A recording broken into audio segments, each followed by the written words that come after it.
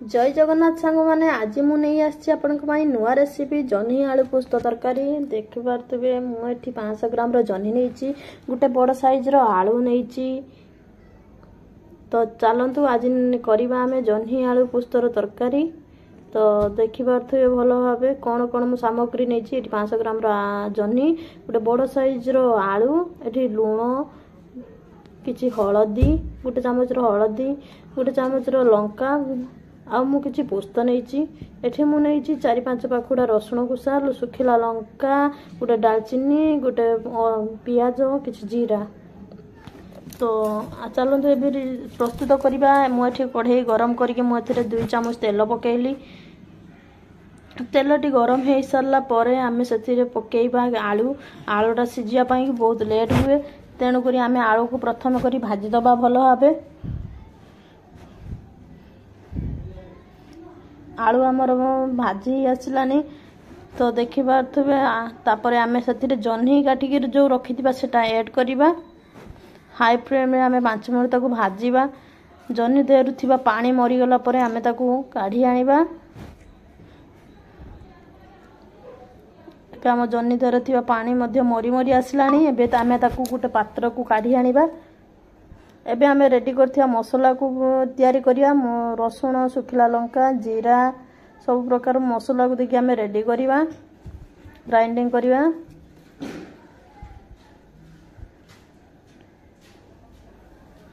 जीरा ये पुस्त एबे आम मसला रेडी हो आसलानी। एबे आम से कढ़ई तेल 2 चामच पकईकि आम से मसला को ऐड करवा। मुझे डालचीनी टी प्रथम देली डालचीनी टी हो आसला पर आम ग्राइंडिंग कर रखिया मसला को पकेवा से हलदी ऐड करवा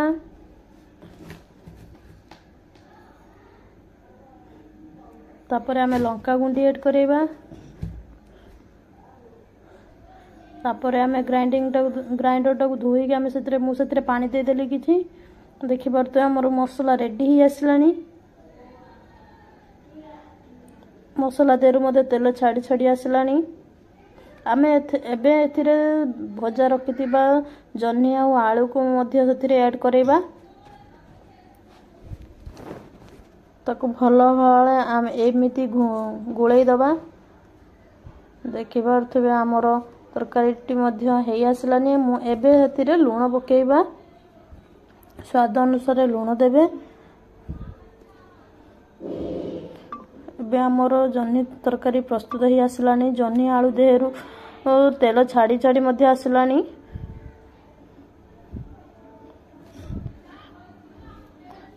एमिति आपण ताको आमे किछि समय पई घोड़ै दबा। हाई फ्लेम रे ताको घोड़ै दबा। घोड़ै साला पर देखिपे मसला देहरु तेल रेडी छाड़ी गलानी। एबे आमे ताको भल भाबे गोळै देई आमे ताको प्लेट रे काढी दबा। यह को आपण माने भात रोटी मुड़ी सबुथिरे भी खाई परिबे। और नुआ करी मो चैनल को आस्थिले मध्य सब्सक्राइब करिवे। एबे आमे ता गोटे पात्र रे काढिबा। एमिति थरे घरे बनै खांतु एवं मो चैनल को सब्सक्राइब करंतु। नुआ करी आस्थिले ऑल नोटिफिकेशन को क्लिक करंतु। रखुची बाय जय जगन्नाथ। पुणी देखा नुआ एपिसोड रे।